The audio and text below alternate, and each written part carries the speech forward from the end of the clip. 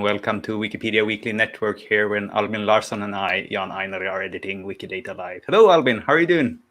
I'm doing great. How are you, Jan? I'm good as well. A little bit sunburnt. I've been out riding bikes in the nice weather. Nice. And what have you planned for today? For today, I have a plan of sort of show you my new and improved workflow for working with lexemes on Wikidata. Right. And what will you do? I will be starting off by revisiting something we did a while back, where we made a query that showed us like the coverage present for Wikilove's Earth, if nature reserve in a certain area was covered. How many of them? Was it 100% of them in an area or 5%? And I thought we would do that exact same query again, now when Wikilove's Earth is over here in Sweden, and compare the results to see what happened. Following that, I was really looking forward to trying a new tool I have been seeing around that allows us to work with authors on papers who are just named by string and match them to the actual item about them. So that's it for today, I believe. All right. That sounds... Do you want to go first, or should I go first as usual? Go ahead. I'll go. All right. So I'm going to show you a lot of different tools today. And or not a lot, but a few different tools. And one of the tools that I've been using recently, and which is also seeing a lot of improvements, and sort of, I think many of people who are edit lexemes a lot are really enjoying using this tool. And it's from user Nikki. Oh, and I see here, just past 1 million edits. Both thanks and congratulations to that milestone. And you can find it on this URL or the short URL 3UUD. And I'll show you on my preferences page. So you go to your preferences, and on appearance, you'll have to add a line on your... Did I not click there we go. On your custom JavaScript.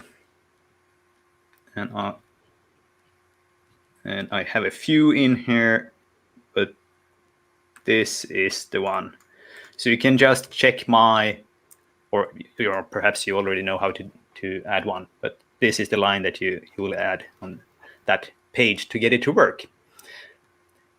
And what it does is, I should have perhaps started there, is, as you can see here, it sort of gives you some proposals of properties that you should possibly want to use on the lexeme. And the very nice thing is that it is set up so you can have different ones for different languages. So there's one special for Swedish that I'm using, but for several languages. And then there's some general as well that are good for everyone. And there are also some good things that they actually do a search for things when you have like the property combines and stuff like that, which is really handy and nice. So I'm going to show you that.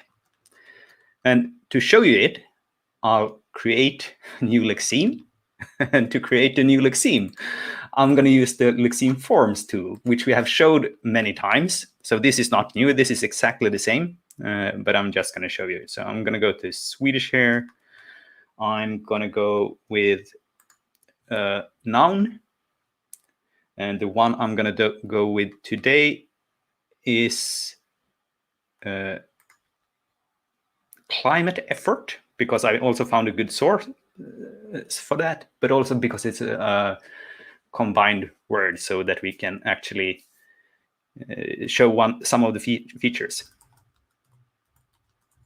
So I'm going to go with there, and then it's pretty easy.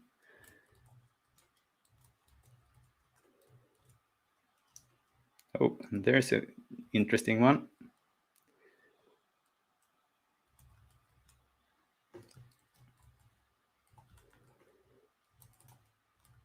I'll return to this, but we can see here there are two that are the same.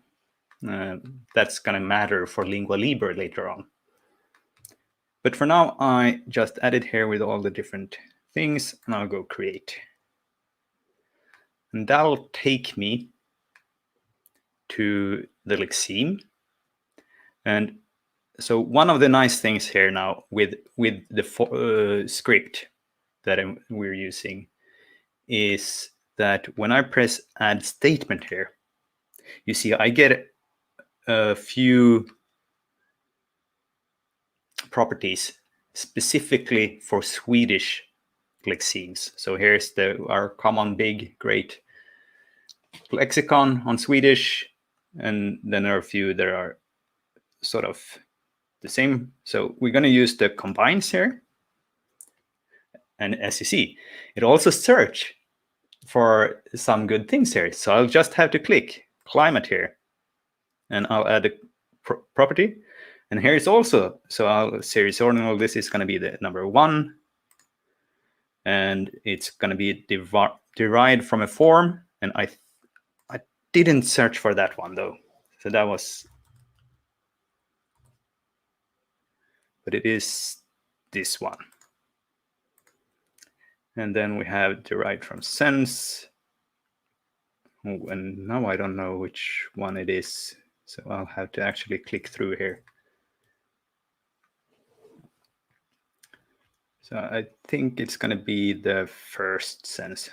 Yes. Oh, there's only one. So that was easy.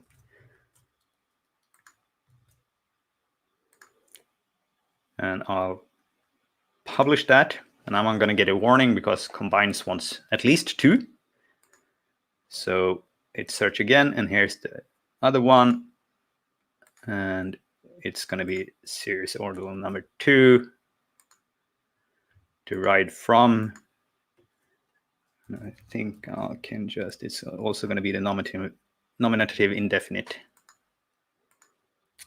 And then we want derived from sense. And here I know there's only one because I checked this earlier today.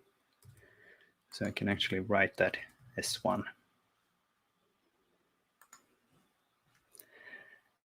So there you can see like how much less I needed to type. I just clicked through from the pre-selections. Really nice. I'm going to back this one up also with a usage example, because I think this one has also a few things. And for the usage example, I already searched in here, so I have a good sentence. And where are we? Here are we. I can close this one. It's of course in Swedish. And here we also see that we have the very nice and in different orders. So here we want the demonstrates rather than derived from. And this one is, oh, and here we got a very nice. So it's the first one we're looking for, demonstrates that form. And let's see if the demonstrate sense is, I haven't added the sense yet. So I didn't give it enough data here. All right, so we'll remove that one. Here, of course, we want to give them a good reference stated in. And I already looked up, this is the document it's stated in. And retrieve date, we can also add like that. All right. So that's a good start. So there we have something to work with. And I'm going to quickly make another adjective here, just so that I have more to record. And the adjective I'm going to go with is also in here. So that's the adjective I'm going to go. It's climatic, I think, in English. And I don't think we can compare this. And it also doesn't make sense talking about the examples here, a climatic boy.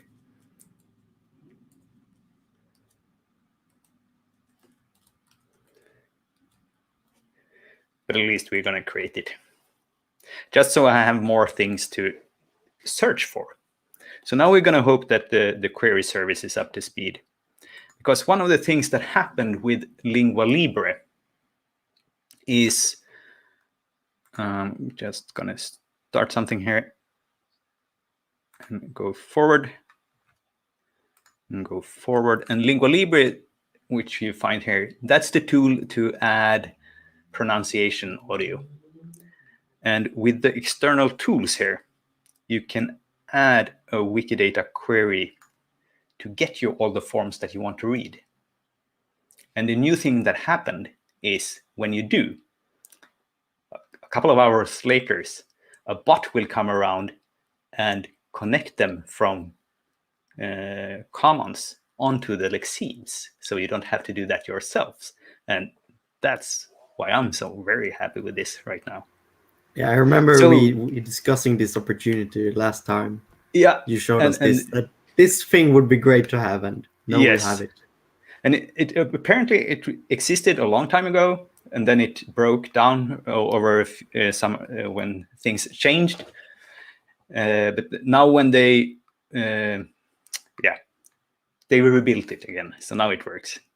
But of course, now we need to create a query. So we're going to quickly go to the query service here and create something. And we're going to create this from scratch. And I want to select ID and a form. I'm not sure if you need both, but I'll use them because it also makes it easier for me to search if I have any errors. And I want, and I actually think I'm just looking for forms that does not have a pronunciation audio yet. So I'll actually have to look for the forms here. And I'm not going to care about the lemma, but we're going to select for the lemma first. So we want this the lemma to be onto, let's see, lexical entry. And we want it to be in Swedish. So you write, and these are a little bit tricky. DCT language and Swedish. And it's control space to get these suggestions, 9027. And I also want the forms from this, and there's a way to do that as well. So you go with the lexical form here onto lexical form. And that's what I'm going to call form.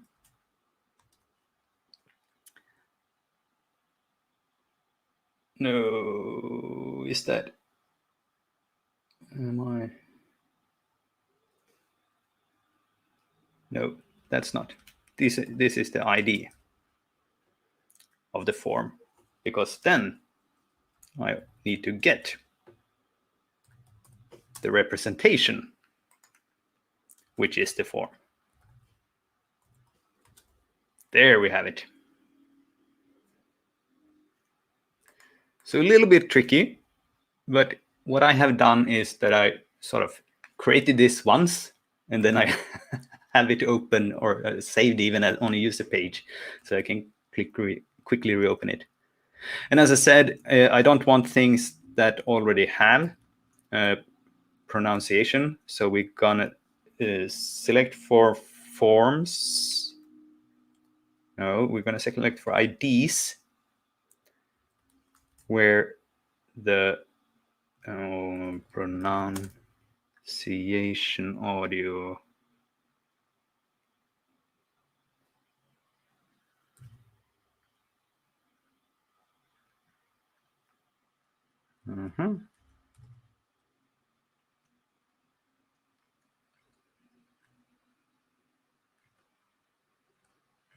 Oh, you got VD. Yes. Yeah. There are fewer things, pronunciation order. And it shouldn't have any. So that's what I want.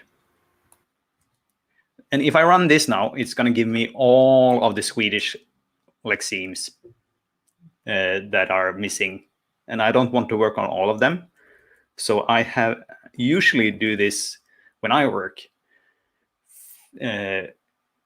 trying to select a topic or something like that, or something that I've just created. So I'm going to, for this one, I'm going to filter it, the form, to be starting with which happen to be both of my forms. Right. So hopefully now I'll get 8 plus 5, 8 plus 6, 14 something. 13. And here we can see them all. So this was the query. So now this URL, you cannot take the shortened URL. That doesn't work yet. Should go into here. And let's see if it can find it. Must contain both ID and label field. All right. So I cannot call it form. I have to call it label. Learning something here. And label. Run it again. See, did I change all the right places? Yes, the same result. Go back here. I'm going to dismiss it. Delete all that. Paste a new one. And yay! Here we got them. Unfortunately now, we're missing one, because we had two that were the same, the first one. So I don't get the chance to record them separately. There's actually, I filed it as a report, bug report. It seems to be a little bit tricky, so we're going to need a way to figure it out, because in some languages, usually not Swedish, that's why I didn't code it, they can have different pronunciations. A very good example is read, read, read in English, where they spelled all the three the same. Oh, right, of course. Yeah. Yeah, but we don't really have that. I think in Swedish we always pronounce them differently in the same lexeme. So, well, anyway, so from here I'm going to go next and record, but to show you here, I'm going to stop my sharing and share my tab so that you can get the audio and hear what Lingua Libre reads back to me. So I'm going to stop screen sharing here and go to screen share here again. Select Chrome tab, Lingua Libre.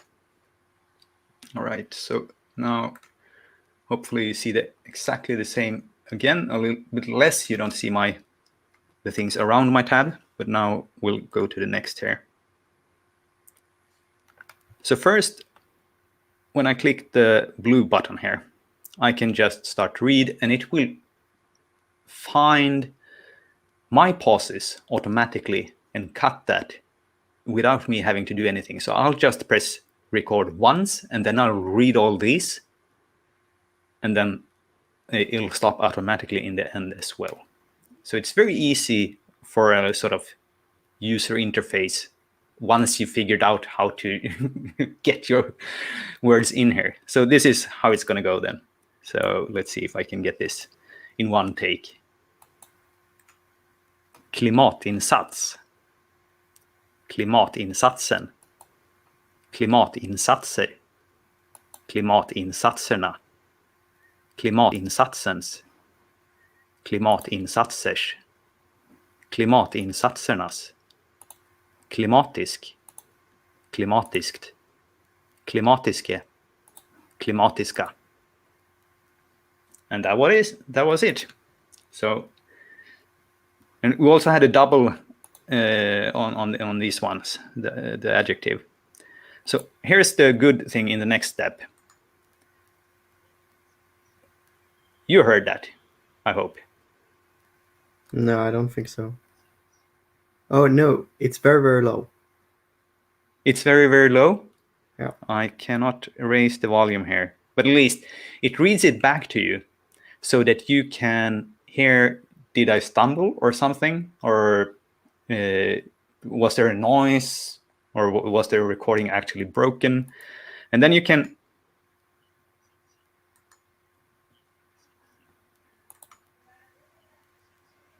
just click through all of them.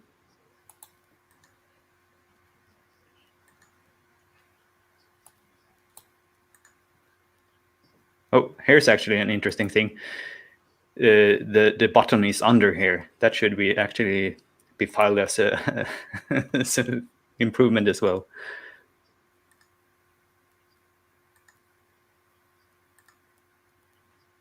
All right, so I managed to get everything all right. If not, I can just uncheck it here, and it will save it in the list so I can go back and read it again later. But now I got everything. So it's just one click here. Before you can start, you need to allow through OAuth for it to upload in your naming commons. So I'll just publish here. And for me, it usually fails the first one. I don't know why. It always does, and always on the first one. So when I go back, it doesn't. And I can retry this in the end. It will probably be fine. So we're just going to let this march on. And I'm going to retry the failed one.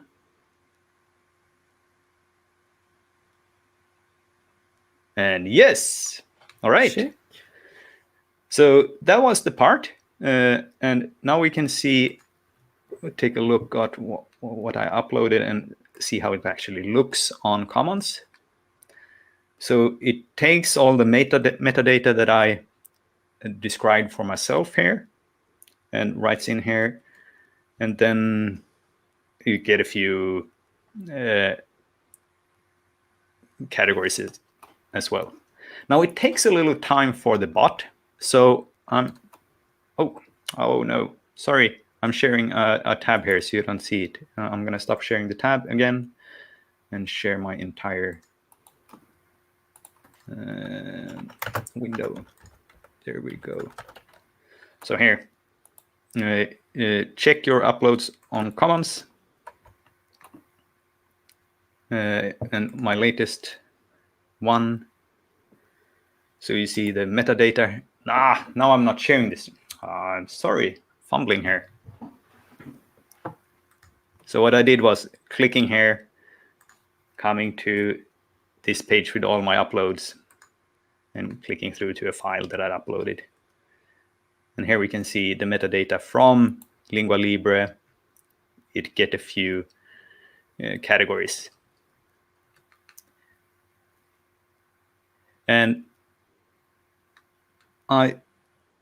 But it takes a few hours before the bot runs. So I'm going to show you something I recorded earlier. So here's another lexeme. And as you can see, every form here has a file. And the nice thing, if we take a look at the view history, is that it was the Lingua Libre bot that added it, not me. So I could just read it. It uploads it to Commons, and the bot goes later and fixes the files to the lexemes. Nice. So yeah, so when you get going, you can start read and more or less read as much as your voice can take, because after a few whiles, it's a little bit to me. I'm not a professional voice actor or something like that. I think I try a little bit too hard, and I get a sort of over time, after just 100 words, I'm exhausted because I sort of concentrate too much when I do it.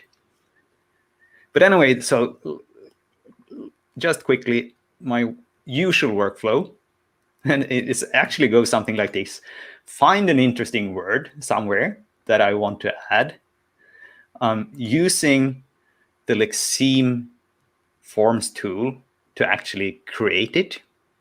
And then with the help of the excellent Lexeme Entity Suggester, it's much easier to add the few basic things. And then I'll go back to this query, which I have saved, and only actually changing these things to find the words I want to record for now. Bring that into Lingua Libre and record. So that's my normal workflow now when I try to get sort of a. Of course, now I was very quick and sloppy and didn't add much things to these Lexemes. Usually I try to give it a little bit more love, a few more examples, and trying to find it in another dictionary and stuff like that. But yeah, that's more or less my workflow. I hope that helps someone. Yes. Right. I'm gonna jump straight back into something that we did quite a while ago. I believe it must have been in early May, as Wikilab's Earth went on back then. Mm-hmm. And something we did just before it all started was to have a look at how many of the nature reserves in a specific multiplicity had an image in Wikidata. And one of the reasons I did this, and we did it here, was to be able to go back and look at this after Wikilab's Earth. So we made this query, which essentially gives us the name of the area as well as the present of all the nature reserves with an image and how many there were in total. Obviously, this is now the new data. We can see here that we have, I think this is 27 ones with 100% of the nature reserves all having an image, mostly around Stockholm, and then it goes on to a bunch of them. But so I want to compare this. So I actually stored my query from last time and just stored it in a CSV file essentially. So this is smart. This is the data from. I'm gonna zoom in here if I have the right focus. Yes. So this is the data from before Wikilab's Earth. I took a copy of it. Had to look for that query 100 and something in my downloads folder. But essentially here we got 24 with 100%. And going here, we added the new ones. We got 27. We have to take -1 because of the label. I haven't really looked into this, which ones has grown the most. I'm saving that for a bit of a longer piece, looking into the statistics of Wikilab's Earth I'm working on. But I'm awaiting the Wikimedia Commons query service to be updated with the latest structured data actually to do it, because I want to do it essentially based on queries. But I want to check at least those in my close areas, so to say, where I am the most, just to see, get a bit of an idea of what we got. So I'm just going to search here for the one, 50%, it got 20 in total. So this is what banner, we didn't see it. Oh, I'm just going to scroll. There. Here we go. So we got 50% now. So let's see what it was before Wikilab's Earth. I know I did a few at least. Yeah, we went from 20% to doing half of them. So I didn't do all of that, but I did some of it. So that's just one of the type of examples I want to see going more into this. And I also want to have a look at, okay, not only which grow the most, but in which regions in Sweden it grew the most. Can we see a pattern there? So this is just a trick I do sometimes related to queries. I do a query, I save it down, so I later can compare it with something else. And it's something we can easily do with a spreadsheet like this. Do you have time to check Yes. Sollentuna? We got a question. So that was So before? Before, 80%, 5 of them. And this is very, no, that's That's not the left right. you. There we go. And 80, Oh, no. so still 5 of them. So there might still be the cases. I know that it has only been added manually so far. If nature reserves has had a picture uploaded, someone has to add it to Wikidata. I think someone has went through all of the images actually, but I know that there hasn't been done so by bot, so there might still be 1 or 2 missing. Yes. But I know a few people have done it, so I think it should be pretty much 100%. It was also part of the Swedish Wikipedia weekly competition, so we got a lot of help there.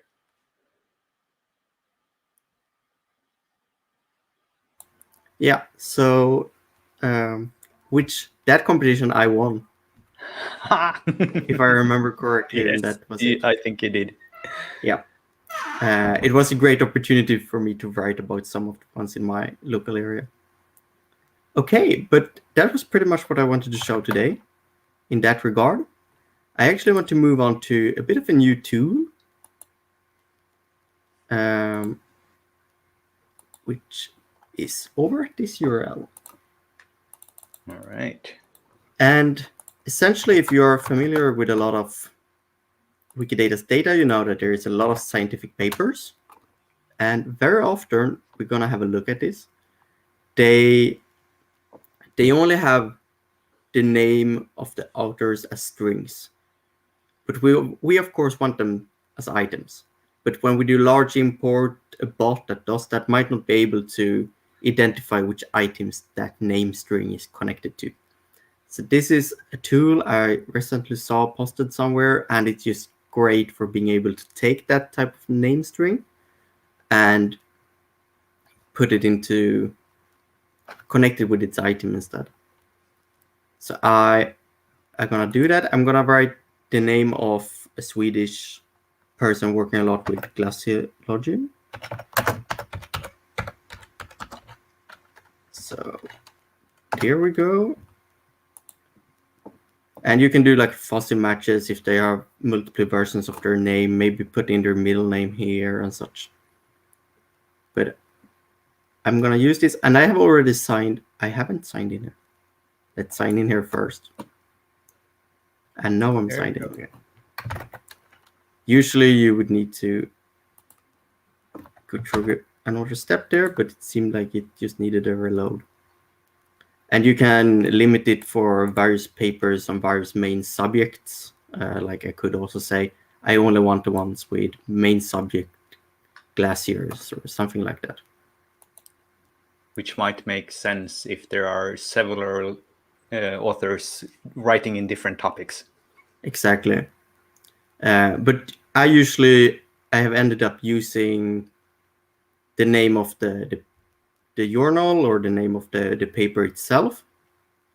Because, for example, here I see it's about permafrost, and I can double check this quickly, but I'm pretty sure that it's correct because it's such a related subject. But I can go to the Wikidata item of this. So just to see here what it looks like. So this is what we want it to look like, author and pointing to an item. But very often it looks like this, author name string. And this is just a string, but I happen to know that this person, for example, has a Wikidata item. So all we need to do is being able to find that connection. And this tool essentially allows us to do that in bulk. So having searched for his name, the one he's using in papers, it's already checked like this, but then we can go look here. This as well, it might very well be him. It's related subject. It's about the collapse of a sea, which collapsed during the Ice Age because it was all of a sudden open when the ice broke and the sea went away. Journal of Glaciology, I'm pretty sure that's the right one. Review of Geophysics. But I'm gonna double check a couple of ones to see if it makes sense. So I would like to see, sometimes clicking on its identifiers, you can kind of see the university, and that way confirm that it's the same person, assuming that there aren't two persons in the same related field at the same university. But that is rather uncommon. But I see glaciers here, just confirming the subject. I can search for Stockholm University. No, I can't. Let's search for his name here. And this is maybe it's a link. Let's see. Oh, yes, Stockholm University. Just to confirm that, I usually, if I'm somewhat familiar with the subject, I usually don't do that because I can be rather sure that it's the right person. Mass balance and glacier front observation at the Tafala Research Station. Tafala is a research station just next to the highest mountain here in Sweden. As I know here, he has been working a lot there. Let's see, I got another one here. Control, yeah, that was that collapse. So I'm pretty sure that all of those name strings are about him. And then it suggests here an item. And I'm pretty sure this is it. It says the correct employer. But let's just have a quick look at the item. Anyway, yes, it's him. It's a Swedish glaciolog. Let's see. I'm just going to correct that because that's what we do. Okay, so we got that. We want to check that. Otherwise, if it isn't able to automatically match it, we can put in a custom one. But let's try this. Link selected works the outer.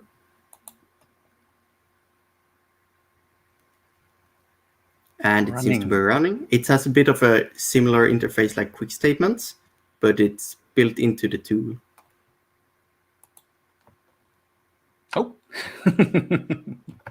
All done. And like that, all are done. Let's see. Let's head over to Wikidata and have a look at my contributions. I imagine because I logged in, yeah, we can see here that it did it for me. Oh, here's yes, Jane. It would be splendid if you add them as separate statements, because otherwise this tool doesn't work. Yeah.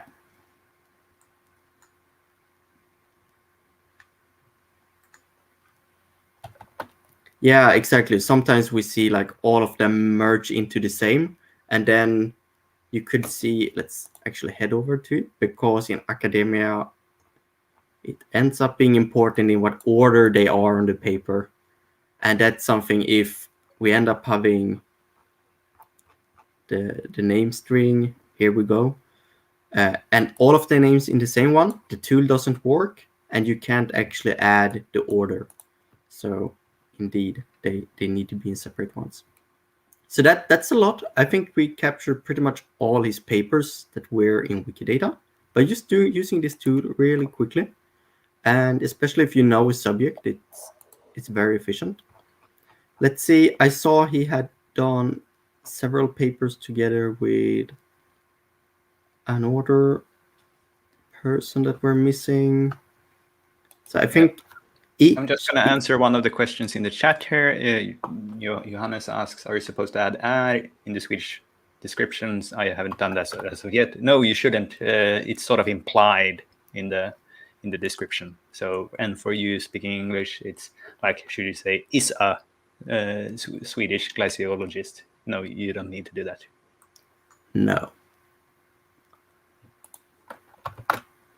So well, you might have seen it because I have ended up with a bunch of tabs here, and each like item here is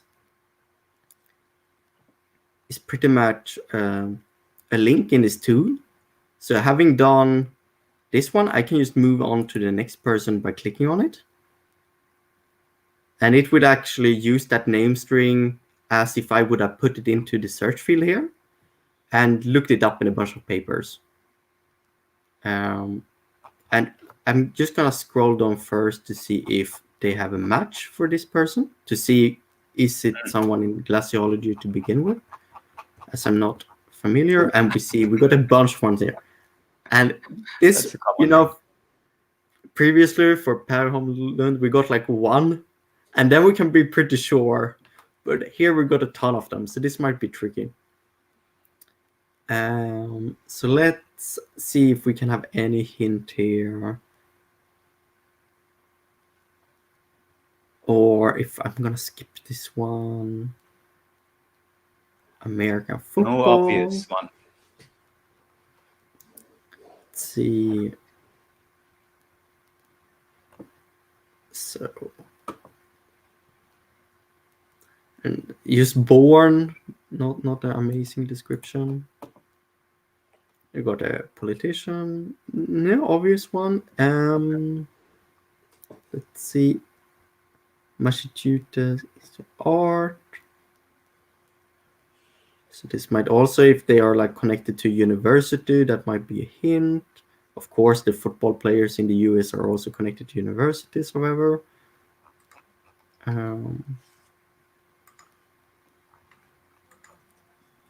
So it might be a tricky one. Let's see, this person which you said born, let's check out that Wikidata article to see if there are any hints here. No, there isn't. Okay, that means I'm gonna skip that person for now, because I essentially we got to follow up here as well, because it is in the description of Per Holmlund. I just fixed one of the problems with that. Right. With that string. So essentially, you aren't supposed to have dot or commas and things like that in the description either. Yeah. I removed that, but I didn't actually read the description. No. Sometimes you see one specific thing and fix that. And this is kind of interesting as well. I haven't seen this in this tool previously, but as I go by here, I'm gonna have a look at it. We can see that it says topic, permafrost missing, which is very interesting for me. So I imagine it has been matching the topic somehow.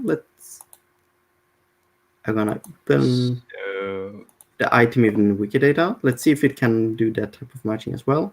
It says main subject permafrost here, so I'm not sure what that's about. But I'm gonna click this to see what happens. Oh, it's open it in Schoolia. All right.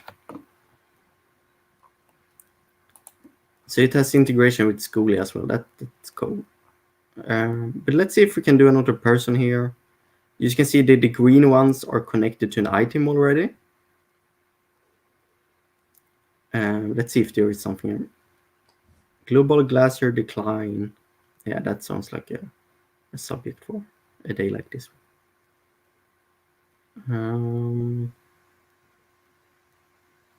Let's just pick someone with a unique name. That's also using a bit of a middle name there. Okay, it finds a bunch of them. So let's see, it has a suggestion here in Wikidata as well. And here's a great thing. So when there is a research-related identifier, we can actually click on it to have a look. And here they usually list all their papers, some of them, which means we can just check back and forth. So we can see weather station data, Greenland, ice, promising, movement, and so on. So pretty much sure that if there is a paper with that name, which is a rather specific name as well, don't think a lot of people have it, we can kind of confirm that. So that was an interesting box. I'm supposed to be here. Yeah, so already matched to one as well. So let's go through them. Reconstructing Greenland ice sheet, meltwater. Yeah, pretty much sure that that's the same. We saw a couple of papers over here about Greenland and ice. Greenland ice sheet. Greenland ice sheet. Can go on more Greenland ice sheet. And Greenland ice sheet. Greenland. Greenland, Greenland, Greenland, Greenland. Okay, that's already a bunch of them that we're missing. Here we have a couple of ones the tool isn't as sure about, but I'm pretty sure about this one. We can of course double check it, but I'm gonna check those two so far. So meltwater. Then I head down here to its identifier. And there we go. Department of Glaciology, Denmark. Let's see if we click away works here, we might be able to see employer. Yeah, so Denmark and a bit of a link there confirming that, yeah, that should be the same. Here we got a couple of Orchard ones. We can see that it also captures different form of his name. We can see that we actually use the form with he uses initial of his middle name, and this one isn't, but it still has been able to suggest it.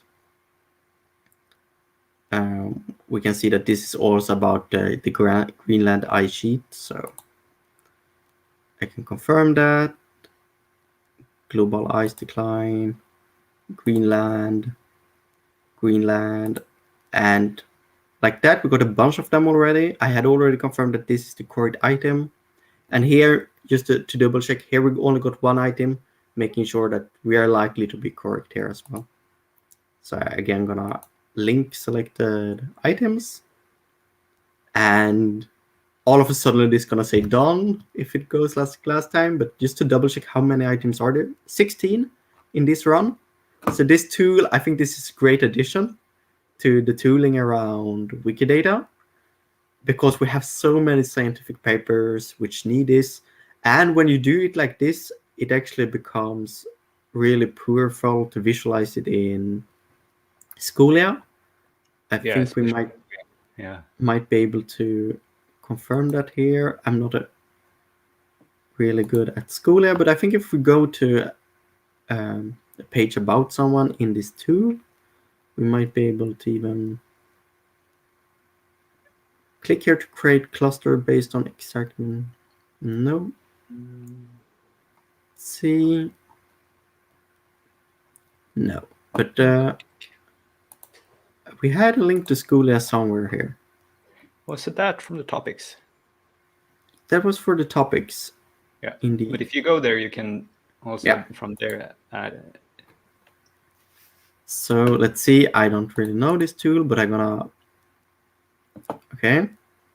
So if I click this, I imagine it will put a QID in the exactly. Then I'm gonna head over to my recent contributions just to pick up the Q number of the person which we just edited. Here we go. I'm gonna copy the QID like that, head over to Schoolia, put it in here. And I know that he had one article linked previously. Let's see, it's still making things. How much lag we have today? Oh, yeah. Oh, it's already in there. Yeah. So essentially, it now lists all of the articles per date here, number of publications per year. It works on it, and it does a bunch of visualizations here. So let's go through them. And this is all. We just had one, but this was a super efficient way to just add a bunch of them. Yeah. So essentially, it would have been one column like this previously, but now there is a bunch of them. Of course, all his papers might not be in Wikidata. We saw on his research page here, his org ID, that it's 40 works that he has listed here. So of course, Wikidata doesn't have all of it, but we get more of a complete pictures, and especially we got this network, which people are he collaborating with.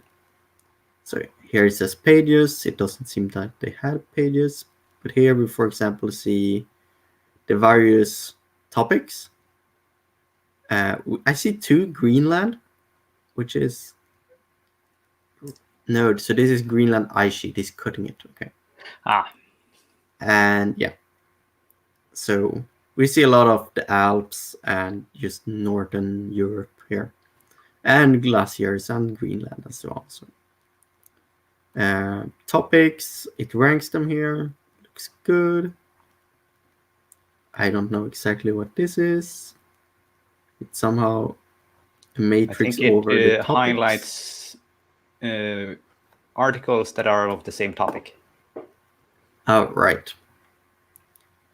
Here are the venue, essentially the journal the various papers are published in.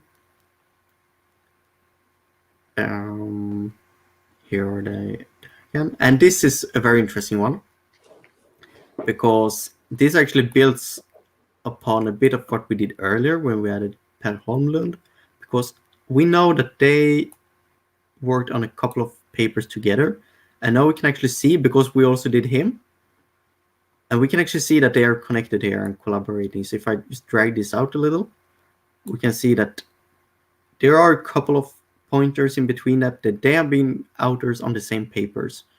And this is a perfect tool for making this such type of graph, because if you do one person, you also see which ones are missing in an author subject and subject area, which is a super great way of making clusters like this one.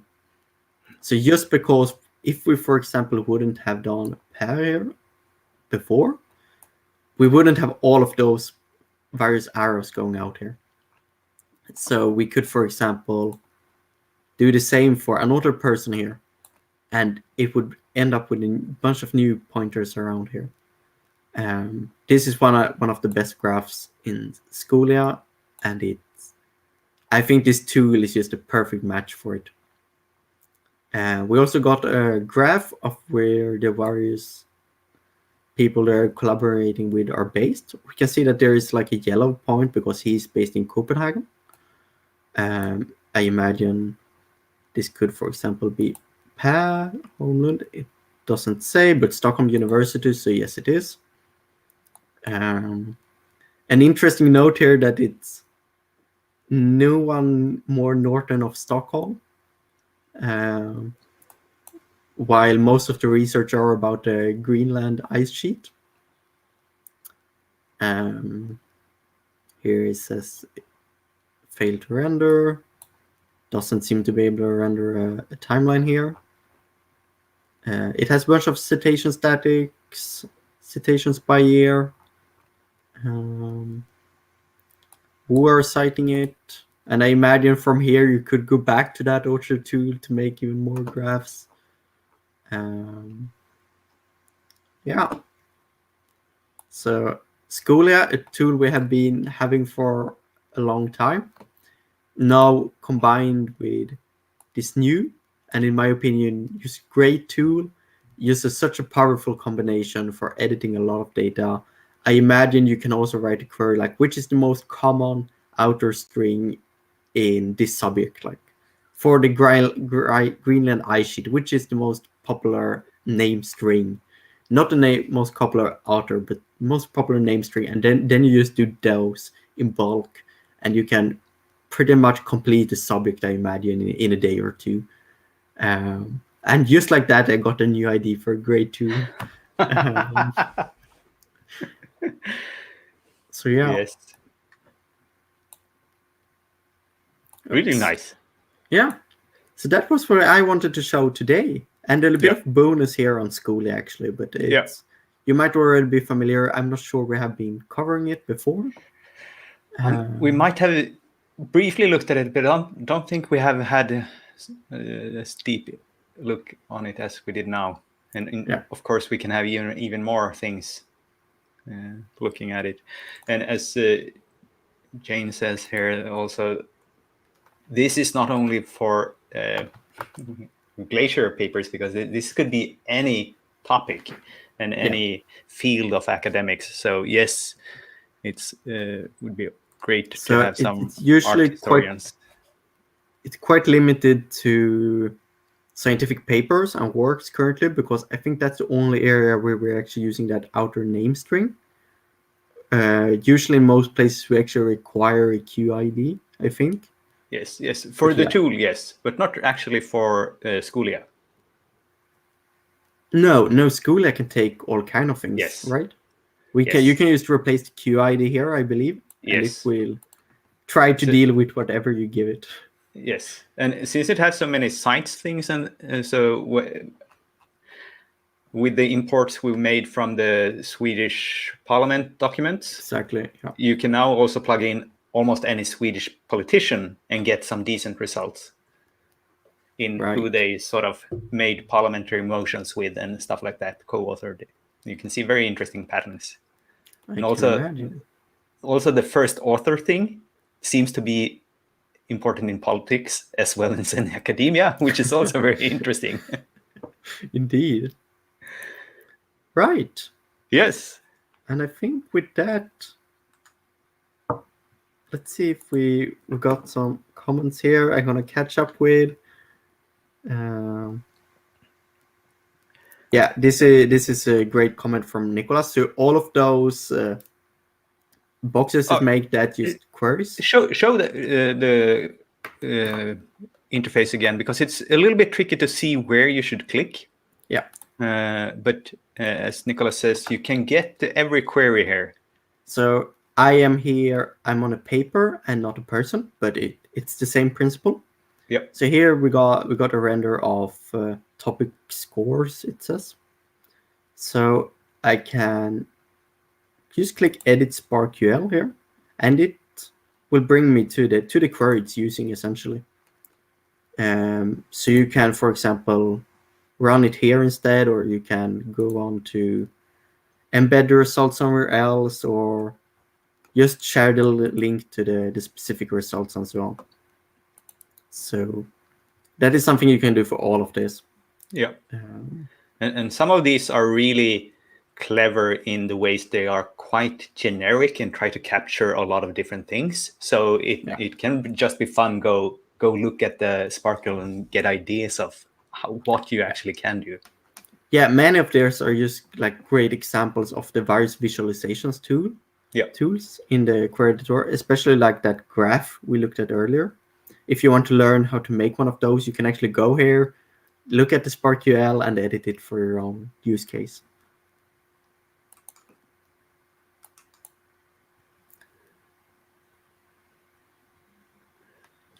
Right. And with that, I think I'm pretty done. All right. We're done for the day, and hope you learned a few things and some new tools that you can go use. And I guess we'll say happy editing. Happy editing.